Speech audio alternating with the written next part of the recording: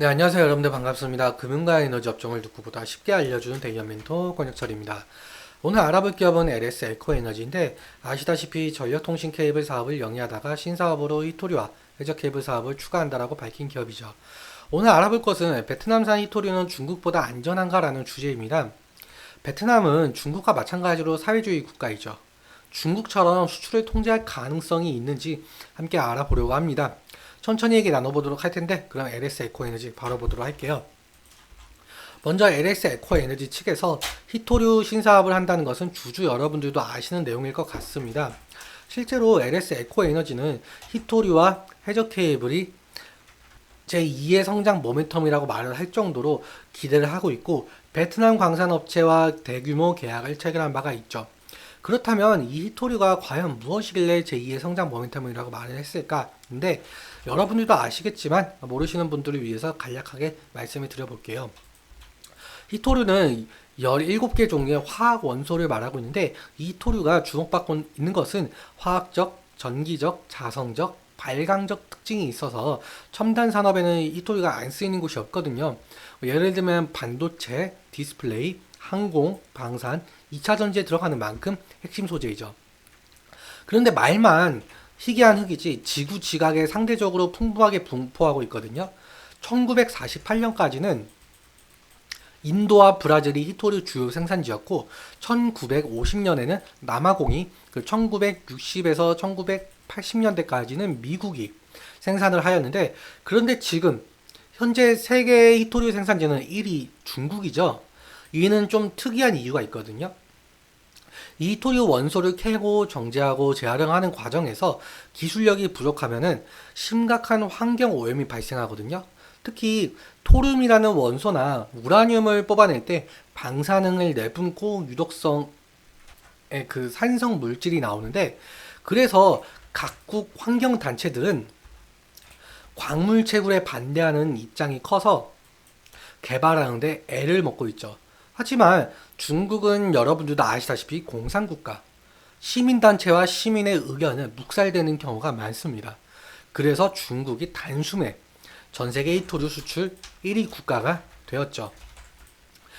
우리 한국도 히토류 의존도가 중국의 80% 이상 차지하는 만큼 중국 의존도가 상당히 강해서 중국이 수출을 금하면 상당 기업들이 손해를 볼 수밖에 없는 구조였습니다. 실제로 미국의 트럼프 대통령이었을 당시 미중 무역 전쟁에서 중국은 히토류를 무기 삼아 수출 금지로 대응을 했는데 지금 현재 바이든 대통령 때도 미국은 중국의 반도체 수출 금지로 중국을 견제했죠. 여기서 또 중국은 히토류를 무기 삼아 대응을 했고요. 이렇듯 히토류 1위 생산국이 수출 금지를 단행하면 세계 각국도 피해를 보는 입장이 되어서 이제는 각국이 탈중국화를 목표로 계획을 세우고 있죠. 우리 한국도 마찬가지인데요.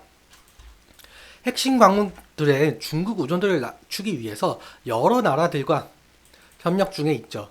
그리고 히토류는 새로운 공급원으로 베트남, 호주 등 국가가 지목되고 있었는데 비교적 가까운 거리에다가 매장량도 풍부한 베트남이 선택이 되었습니다. 그리고 LS 그룹은 발빠르게 베트남 광산 업체와 계약을 맺은 바가 있었죠. 그런데 베트남도 중국과 마찬가지로 공산국가인데 수출 통제와 같은 것이 없을까라고 생각을 할지도 모릅니다. 하지만 베트남의 경우 과거 미국과 전쟁했기에 반미국가로 많이 알려져 있지만 근래에는 중국과의 남중국해 분쟁으로 반중 감정이 좀 고조가 되어서 다소 친미 입장이거든요. 사실 히토류는 채굴이 어렵고 비용도 많이 드는 광물인데 이 베트남은 아직 광물 채굴에 대한 기술, 시장, 금융 등이 많이 부족합니다. 그래서 베트남 정부에서는 광산 개발 분야에서 포괄적으로 발전시키기 위해 전략을 발표하면서 외국 기업 투자 유치를 활성화시켰죠. 이에 베트남이 탈중국 대응책으로 떠올랐던 거였고 이렇듯 세계의 관심과 기대를 받고 있는 상황인데 베트남은 그 개도국에서 흔히 발생되는 부패 문제는 아직 해결해야 하는 부분으로 보이고 있습니다. 실제로 타이즈엉이라는 그룹에서 히토르 불법 판매 및 부패 스캔들에 휘말린 바가 있었죠. 이 부패의 문제점이 있고 또 한 가지는 베트남도 수입 규제를 하긴 한다라는 점입니다.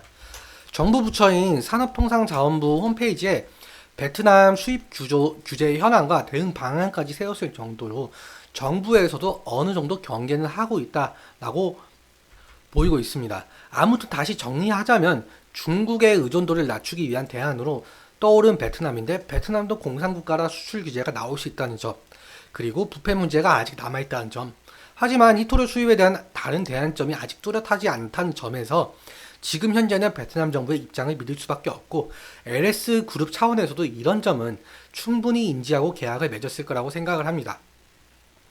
아무튼 히토류는 각종 첨단 산업에 들어가는 만큼 탈중국화 시도를 위한 베트남을 선택한 만큼 이제는 전략적 파트너로 자리를 잡았으면 하는 생각이 드네요. 그 시초가 LS 에코 에너지가 된 것이고요. 다음으로 차트 한번 살펴보도록 할게요. 전 영상에서도 꾸준히 말씀을 드렸지만 LS 에코 에너지는 신사업 발표 이후 단기간에 주가가 많이 상승한 상태입니다. 사실 여기서 주가가 더 상승을 하려면 이제는 신사업에 대한 괄목한 성과가 나와줘야겠죠.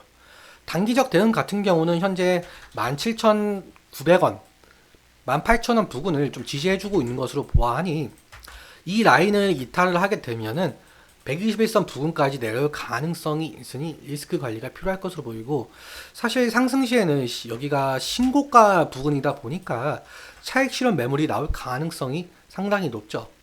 그래서 거래량과 거래 대금이 나오면서 매물 소화가 진행되는지도 지켜보아야겠죠.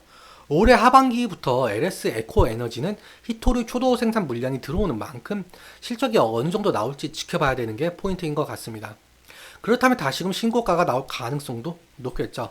차트적인 부분은 제 개인적인 견해이기에 여러분들의 주관적인 견해와 함께 투자를 하여 현명한 선택하셨으면 좋겠습니다. 오늘도 시청해주셔서 너무 감사하고 지금까지 멘토 권혁철이었습니다. 감사합니다.